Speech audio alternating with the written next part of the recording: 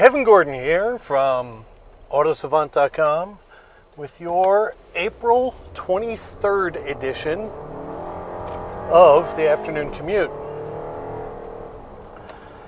Right now in China, the Beijing Auto Show is going on, and there's some interesting stuff coming out of Beijing. Probably the most notable thing so far is the release of the URUS, which is the Lamborghini sports utility vehicle that's been hinted at and speculated about and leaked long before the show. Well, as of today, it's official, at least in a concept form. The URUS, and I'm probably mutilating that,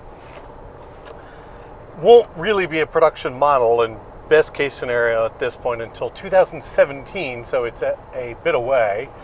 It gets its name supposedly from the ancestral origin of the modern fighting bull, or the modern cow, I guess, as we know it. Although there's some debate about that. If you look it up, that isn't actually the name, but nevertheless, their cow/bull naming convention seems to be staying intact.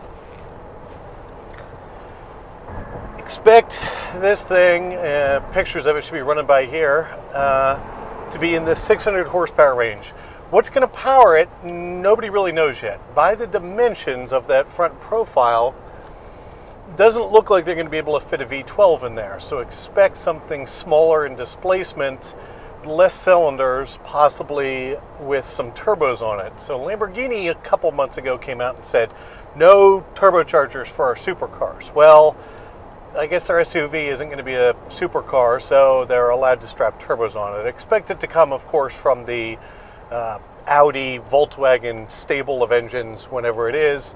So the CEO of Lamborghini went on stage today during the presentation about it and talked all the wonderful things about it. 600 horsepower, ultra capable, lightweight, carbon fiber, blah, blah, blah, blah, blah, 0 to 60 in 4 seconds, while, of course, being very green for a 600 horsepower sport utility vehicle. What that means, who knows? It's all just speculation at this point. Here's an interesting little fact. Do you know what happened today in 1987? I'll wait. Chrysler took control of Lamborghini. Chrysler, when it was headed up by Lee Iacocca, took control of Lamborghini in 1987, today, April 23rd, 1987. They didn't keep it for all that long, but the one thing they did make under his reign was the former Lamborghini sport utility vehicle. So that's your Lamborghini news for the day. Next up for today, also news coming out of the Beijing Auto Show. Jaguar, however you'd like to pronounce it, announced that they will be making a gasoline-powered V6. It's going to be a derivative of their current 5-liter V8, basically with 2 cylinders lopped off. So if I do a little quantum math here, it should be about 3 liters in displacement. It's supposedly going to come in 2 different flavors of horsepower, both a 340 and a 380 horsepower model, and it's supposed to be the engine that's going to underlie the new Jaguar F-Type that was hinted about in New York. The photo of it that should be running by now by topspeed.com seems to be a very, very good rendering, so credit to them on that one. It will be supercharged, much like its larger brother, the V8, which is a little interesting considering the fact that, other than Audi, most of the rest of the world seems to be going purely turbocharged now because it's not a parasitic, loss power adder. It'll have water-to-air intercoolers and all the rest of the fun stuff. The other engine news out of Jaguar is the fact that the 2-liter turbo from the Evoque will also be available to them in the future for other cars. So look for that to start to make it into the cycles of Jaguar cars to, of course, drive better fuel efficiency and meet some of those required numbers for miles per gallon and carbon emissions in Europe. Next up for today, Audi, also known as Volkswagen, finally closed it out last week and bought Ducati. They paid, I think, just over $1.1 billion, which, as most of the bright people out there realized, means that you could have bought either Ducati or Instagram, an application that makes pictures look weathered and old, which I'm a big fan of, don't get me wrong. So now Audi owns Ducati. Should be interesting to see what collaborative efforts come out of that whole thing. The other thing that's not surprising about that, so Ducati had a relationship with AMG, or the performance division of Mercedes-Benz. Unsurprisingly, that relationship has been terminated as a result of Audi's purchase. And now for something a little different.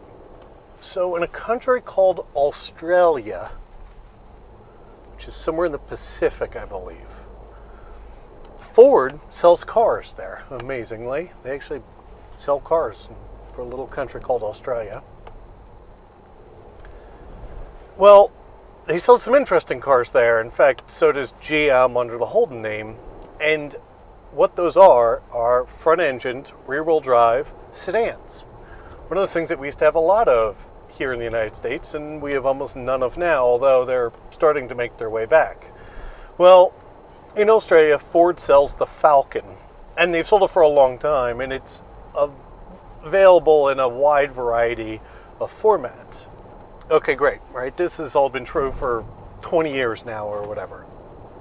Well, they now have a prototype of a 2-liter EcoBoost in a Ford Falcon.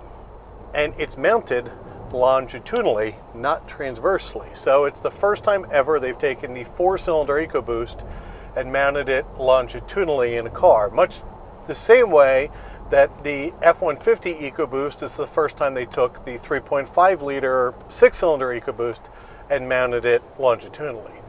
From what I understand from Ford, this is not a small deal. You know, taking an engine and turning it 90 degrees is not a little bit of an effort. So, you know, engines are now either built to be in there sideways or in there the right way, front to back. Great, right? Well, it's a pretty interesting thing, because if you do the conversions on the numbers, the 2-liter EcoBoost in that car makes a little bit more than 240 horsepower and right about 260 foot-pounds of torque, which sounds very familiar to another 2-liter motor that's on the market today. And that is the 2-liter turbo that's now in the 328 BMWs. Okay, so why is all of that interesting to us Americans over here? Well, the rumors about the Ford Mustang going to a world platform in the future with an independent rear suspension, one would have to believe that that platform at some point would be something shared with what would be the future Ford Falcon in Australia.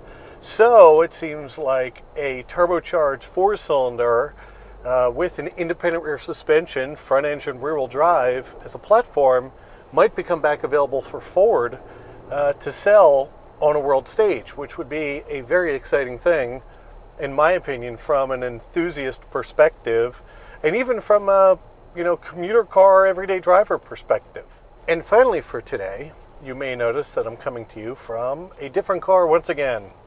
This is the lovely and tiny Volkswagen Tiguan. I forget what Tiguan means. I think it has something to do with some sort of lizard. I could be wrong. It could be the Rutan or the... What the heck is the other... Let's see. Tiguan, Rutan, Touareg. Yeah, the Touareg, the larger SUV. Anyway, we're in a Volkswagen Tiguan this week. And without spoiling the review, surprises, I can tell you that there's some very good things about it and some not so good things about it. So stay tuned for our full review on that. One thing I will tell you now about this is this 2-liter direct injected Volkswagen motor it's a little beast. I mean, this thing runs like, it just runs and runs and runs. I mean, talk about something that just works for being such a little thing. I mean,